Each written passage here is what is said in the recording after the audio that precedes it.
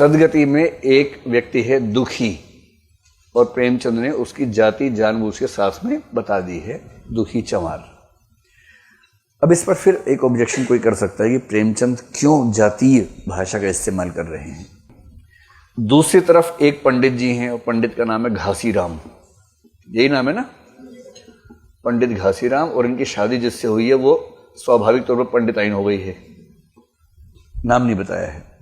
भारतीय समाज में पत्नियों का नाम वैसे भी नहीं होता है, मिसेस गुप्ता, शर्मा जी की बहू, ऐसे नाम चलते हैं। उनका अपना नाम क्या है, शकुंतला है कि कविता है कि सविता है, वो नाम मर जाता है शादी के बाद।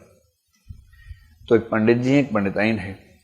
मुझे ऐसा लगता था कि महिलाएं अपनी प्रकृति में थोड़ी ज्यादा सहृदय होती हैं, पर यह कहानी पढ़ के मेरी धारणा बदल गई थी। तो मैंने ये महसूस किया कि सहृदय होना पुरुष या नारी का विशेषाधिकार नहीं है, दोनों ही मतलब सहृदय हो भी सकते हैं, दोनों अहृदय कुहृदय भी हो सकते हैं। तो खैर, दुखी की बेटी का तिलक है, और क्योंकि धर्म का असर यह है कि जो अनुष्ठानिक काम है वो पंडित लोग ही करवाएंगे। असली दिक्कत इसमें है, असली दिक्कत कहीं और नहीं है। यह व्यवस्था कि आपको कोई भी धार्मिक काम करने के लिए पंडित जी की जरूरत है, असली संकट ये है। और ये इतना इलॉजिकल है।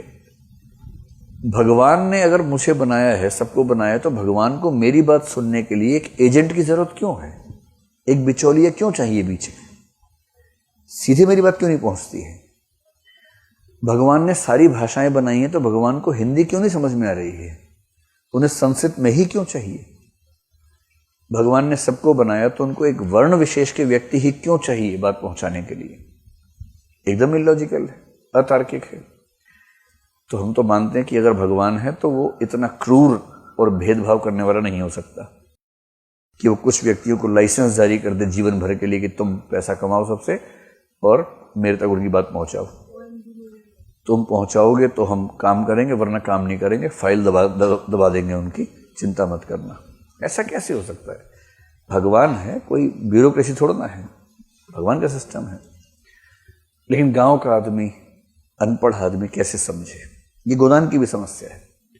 होरी और गोबर, गोबर कौन है? होरी का बिटवा, हाँ वही है। उन दोनों के बीच में झगड़ा इसी बात पे है। होरी का माइंडसेट ऐसा ही है कि धर्म, पंडित जी बड़े पवित्र होते हैं ये लोग। आप किसी और जाति के आदमी का पैसा मार लो, कोई बात नहीं, अगर तो ब्राह्मण का पैसा अगर उसकी एक पाई भी दब गई तो हड्डी तोड़ कर निकलेगी। ये गोदान का वाक्य है। तो ठीक यही वाक्य प्रेमचंद की कहानियों में कम से कम 2 जगह आता है। ठीक यही वाक्य आता है, उनके वाक्य भी वही आते हैं। तो दुखी चमार को तिलक के लिए सगुन निकलवाना है, उसके लिए आया है। पंडित घासीराम ने कहा हाँ हाँ निकालेंगे निकालेंगे, चलो एक काम करो, थोड़ा काम कर दो, ये काम कर दो, वो काम कर दो। बाद में एक लकड़ी दी बहुत मोटी, इसको काट दो। और वो इतनी मोटी लकड़ी है, इतना कठिन है, काटते काटते बेचारा थक गया है, मतलब पसीना निकल गया, हाफ गया, ऊर्जा उसमें ज्यादा है भी नहीं, कुपोषण से ग्रस्त है, खाने पीने को मिलता नहीं है, उसकी जान निकल रही है एकदम, लग रहा कि मर जाऊंगा, खाना कोई पूछ नहीं रहा उसको। अंत में उसको लग रहा चलो चिलम पी के शायद थोड़ा ठीक हो जाऊं, तो चिलम के लिए आग मांगी। पंडिताइन इतनी पवित्र है कि उसको लगता है कि मैं अगर उसको आग दूंगी भी तो बाप रे, ऐसे गंदे लोगों से टच नहीं होना चाहिए। हाँ, अपने घर के सारे काम करवा लेने चाहिए, वो अलग बात है, लेकिन टच नहीं होना चाहिए। इतनी दुष्टता है ना, इतनी दुष्टता है। तो आग फेंक के दी और जो पड़ गया उसे सिर पर अंगारा पड़ जाए तो आप समझ सकते हैं कि उसका क्या असर हो सकता है। थोड़ी देर के बाद बेहोश हो गया, बेहोश होकर मर गया। अब पंडित जी को मुख्य चिंता इस बात की कि इसकी लाश को कैसे हटाए यहां से। मर गया तो ठीक है, मर गया क्या हो गया, सबको जाना है, ये प्रेत मुक्ति करवाई देंगे, उसकी क्या दिक्कत है।